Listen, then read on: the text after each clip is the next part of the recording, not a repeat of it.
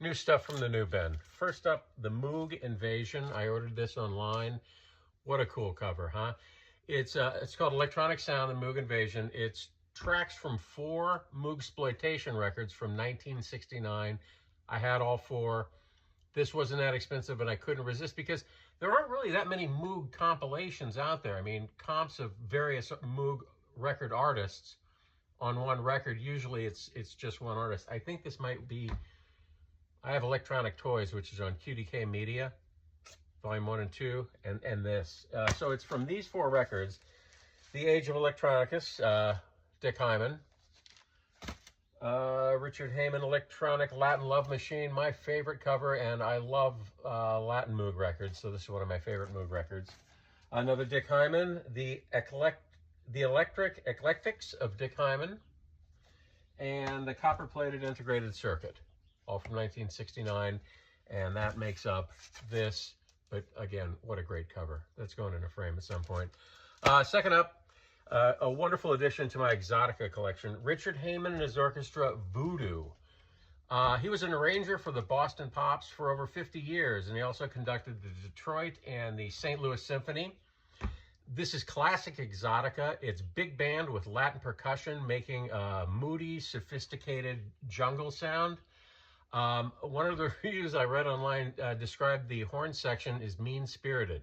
This is spicy and, like I said, a great addition to my exotica collection. Up next, I went to Garden State Plaza, a mall here in North Jersey, with my wife just to be nice one day. She wanted to return something, and I figured I'd look for a bench to sit on with all the other husbands. And I was walking up and down, and I glanced, and there was a record store there. I guess they just opened recently. I can't imagine they're going to last for long. But I got this reissue of Sugar. Everybody knows Sugar. File Under Easy Listening came out in 1994. It's Bob Mould from Husker Du, guitarist and vocalist. This is his second Sugar album. Both are mandatory if you like Husker Du at all. Blistering rock hooks with memorable melodies, and it's just hooky. It's powerful. It's in your face, and it's similar to Husker Du, only they call Sugar sugar-coated punk, actually, and just more polished and pop-oriented, but certainly with teeth. And this is, I still have my Sugar shorts.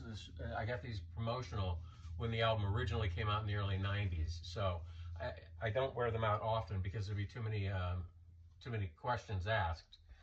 But I figured now was the appropriate time to put them on. And last but not least, they had this record at the Garden State Plaza Mall record store, which I have to assume was by mistake. Like, what's this doing here? Pedro Santos Krishnada from 1968. It's a reissue. I think Mr. Bongo put this out. Yeah, that's it. And it's a combination, like all great records, many Brazilian records that are great. It's Latin jazz, it's Afro-Brazilian, it's samba, it's psychedelic rock. He was a Brazilian percussionist and composer. This is his only album that came out, and it's really, really good. And the reissue is easy to find on Discogs. You can find several in the United States for under $30. He worked with Baden Powell, Ellis Regina, Milton Nascimento. He worked with Paul Simon and Arthur Verocai. And it's funny, sometimes when I'm looking at Brazilian records and buying Brazilian records, there are certain, like, worshipped cult Brazilian records that always get the same 2 descriptions: Brazilian masterpiece, and masterpiece in the sense it's as good as any record of any genre ever made, and it's expensive, or as often says, originals change hands for thousands of dollars. That exact sentence. The other 2 that come to mind that I bought in the past few years, Arthur Verocai, a reissue of this. This was not an original, but called certainly a masterpiece. And this Milton Nascimento, I'm going to say from 73, 74, also considered a masterpiece and just as good as any record ever made, regardless of genre. I'm not saying I completely agree with that, but they're both fantastic records and used to change hands for thousands of dollars before they were issued. Thank God they were. That's it.